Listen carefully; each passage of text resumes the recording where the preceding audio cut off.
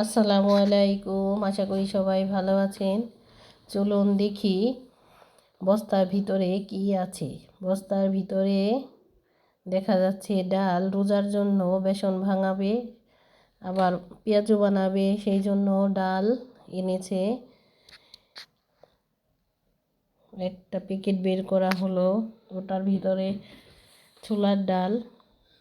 তারপরে বের করা হলো খেসারির ডাল, এটার ভিতরেও খেসারির ডাল।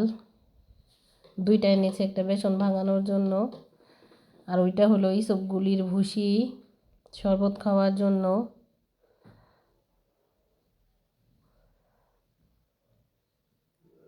এটা হলো মুগের ডাল,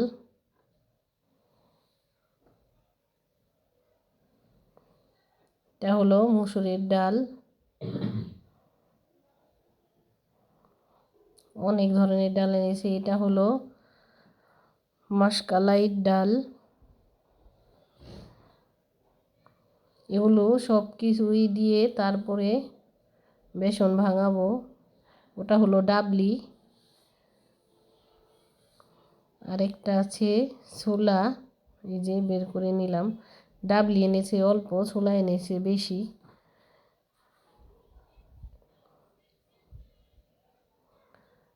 এটার ভিতরেও আছে।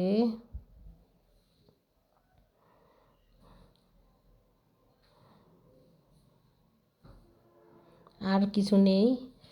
এক বোল, বড় বোল ভরে গিয়েছে ডাল দিয়ে। এখান থেকে 6-7 কেজির মতো বেসন ভাঙিয়ে নিব। ডাল নিয়ে নিয়ে সব রকম থেকে আর কিছু খেসারি ডাল রাখবো পেঁয়াজ বানানোর জন্য।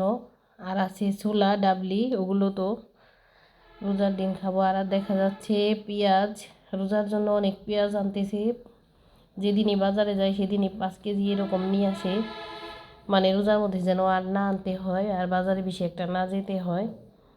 এই ছিল রোজার বেসন ভাঙানোর জন্য। আর আজকে কি রান্না করলাম চলুন দেখি। দেখা যাচ্ছে ভাত, তো ভাত রান্না করে নিয়ে এসেছি। আজকে করেছি আলু ভর্তা,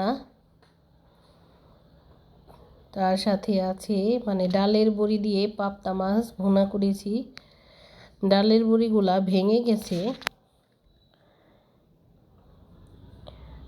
যে বেশি বোঝা যাচ্ছে না, অনেকগুলা দিয়েছি মানে, তারপরও ভেঙে গেছে। ভাঙা ভাঙা এগুলা ভেজে তারপরে দিয়েছি।